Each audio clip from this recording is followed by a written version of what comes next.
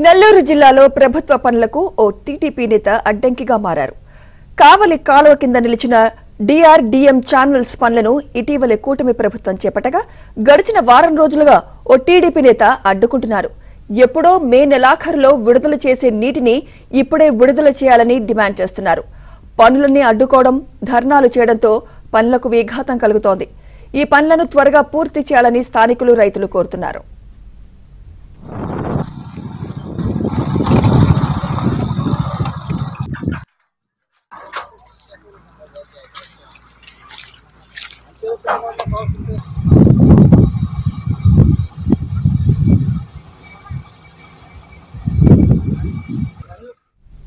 గ్రామాలకు ఉపయోగపడే కాలువ ఇది. ప్రతి ఒక్కరికి ఈ కాలువ చేస్తే మంచి జరగదని రైతులు ఆలోచిస్తున్నారు.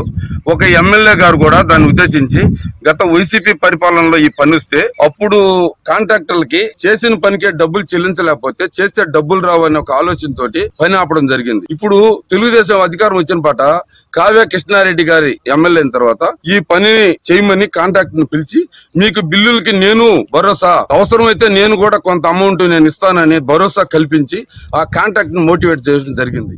ఈ కార్యక్రమంలో ఆయన ముందుకు వచ్చేసి పనిచేస్తా ఉంటే ఏదో స్వార్థంగా, అప్పుడు వైసీపీ అధికారంలో మనం ఎందుకు చేరని నాయనని మనం అడగాలి. ఇప్పుడు మన ఎమ్మెల్యే వచ్చి పనులు చేసేటప్పుడు దాన్ని అడ్డుకోవడం కరెక్ట్ కాదు కదా. ఇప్పుడు వాళ్ళకి రావాల్సిన బిల్లు మొత్తం చెల్లించారు. చెల్లించిన తర్వాత ఈ వర్క్ స్టార్ట్ చేస్తారు. ఇక్కడ ఇప్పుడు ఏమవుతుంది, మెయిన్ హెడ్ లో దగ్గర హెడ్ క్వార్టర్ ఉంది.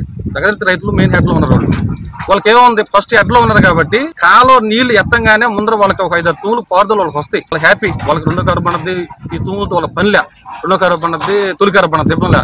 కానీ ఇబ్బంది పడేది ఎవరు, మేము దగ్గర రైతులు కొంతమంది కూడా